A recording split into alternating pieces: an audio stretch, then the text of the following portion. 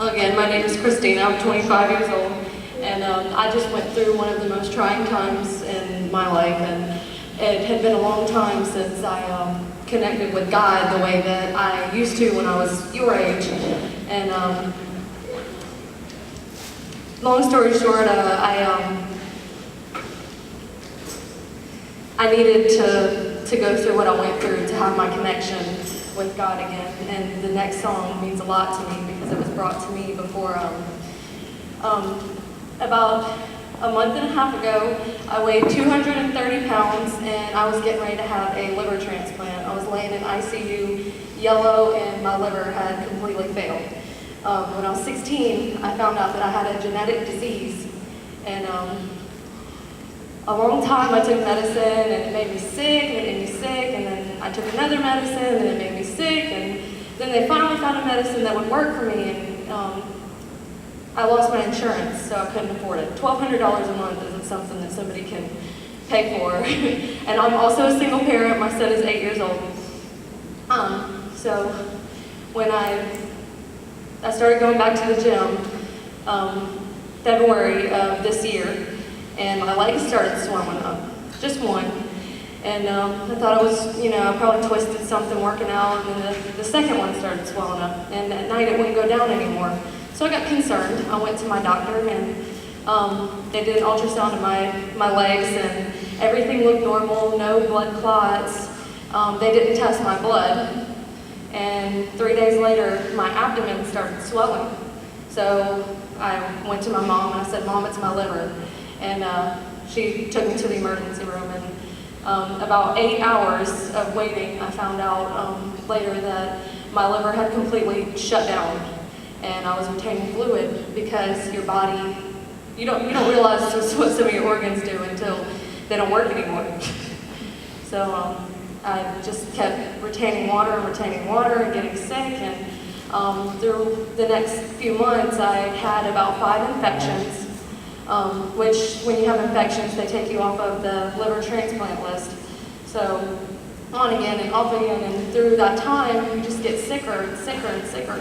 So, in July, I had something called encephalopathy, where you don't really know who you are. The toxins that your liver processes out had gotten into my brain, and I fought doctors. I bit my mother. I didn't know who I was. My 8-year-old son looked at me and said, "Mom, I love you. Mom, I love you. Mom, I love you." And I didn't know who he was.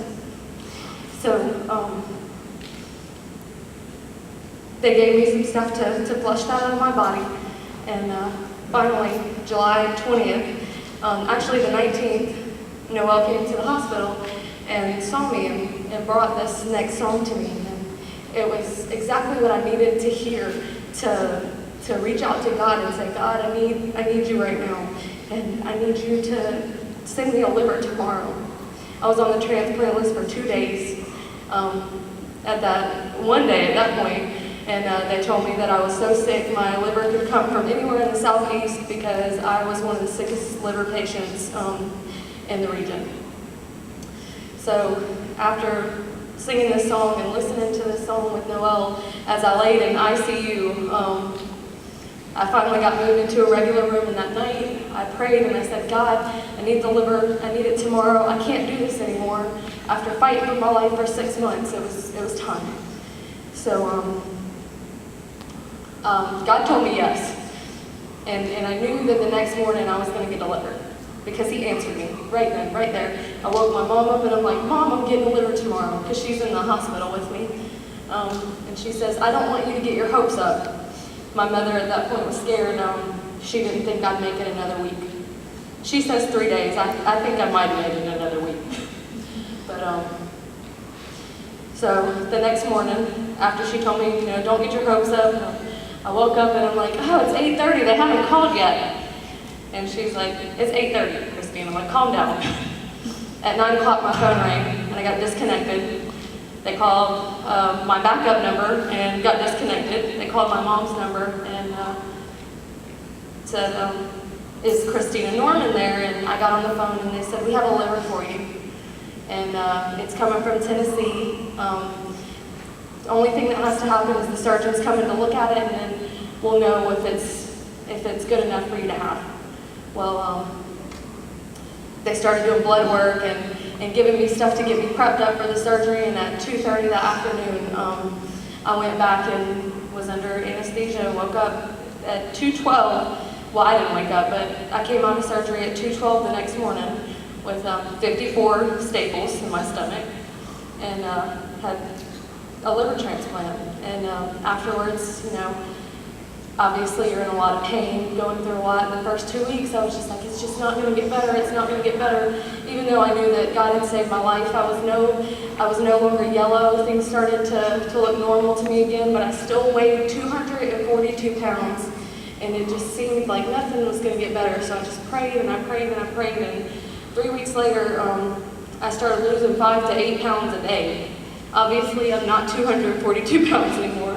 So I lost 82 pounds, and now I get to be there for my son because God saved me. So I just hope that you all take that and know that no matter what, when you're in your worst times, that's when you need God the most, and He'll be there for you.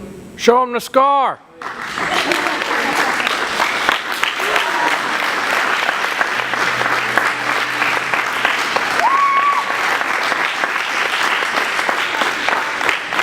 Really cool tattoo that she had to remember getting.